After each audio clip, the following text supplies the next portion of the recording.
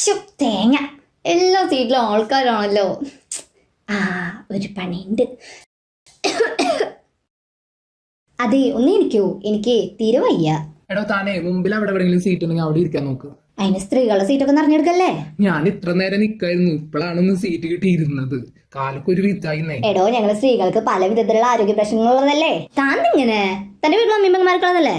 എടോ താൻ ചൂടാവല്ലേ, പുരുഷന്മാർക്കും ആരോഗ്യ പ്രശ്നങ്ങളൊക്കെ ഉണ്ട്. താനങ്ങോട്ട് നീങ്ങിരുന്നേ, ആളിഞ്ചു പോയില്ലേ? എടോ ഇത്രയും ആണുങ്ങൾ ഇവിടെ നിക്കണാണല്ലോ എനിക്ക്. താനങ്ങോട്ട് നീങ്ങിരിക്കാൻ കണ്ടിട്ടാ? എടോ അവർക്ക് ഇത്ര ആണുങ്ങൾ അവിടെ നിക്കണല്ലേ, അവർക്കും ഇരിക്കണ്ടേ? നിങ്ങളെ സ്ത്രീകളുടെ സീറ്റ് അവിടെ ഇല്ലേ? തനിക്ക് ഇതിലൂടെ അവിടെ നീങ്ങിരുന്നെന്താ? ഒരാളെ ഇഞ്ചു പോയതല്ലേ? എടോ ഇത്ര ആണുങ്ങൾ ഇവിടെ നിങ്ങൾ ഈ ബസ്സിന്റെ മുക്കാ ഭാഗം സ്ത്രീകൾ എങ്ങനെ ഇരിക്കണേ? പിന്നെ നിങ്ങൾ ഇങ്ങനെ തനിക്ക് നീങ്ങിരിക്കാൻ സൗകര്യമില്ലല്ലേ? ഞാൻ കാണിച്ചിട്ടുണ്ട്.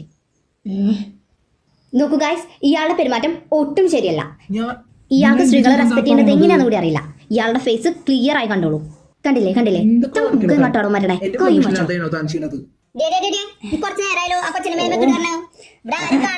അമ്മച്ചി, ഞാനങ്ങനെ കൊറോണ ഇറങ്ങിണ്ട് ഫോൺ പൊക്കി പിടിച്ചോണ്ട് ഇറങ്ങി പോടിയാണോ. തവലടിച്ചിരിക്കൊന്നും വേണ്ട.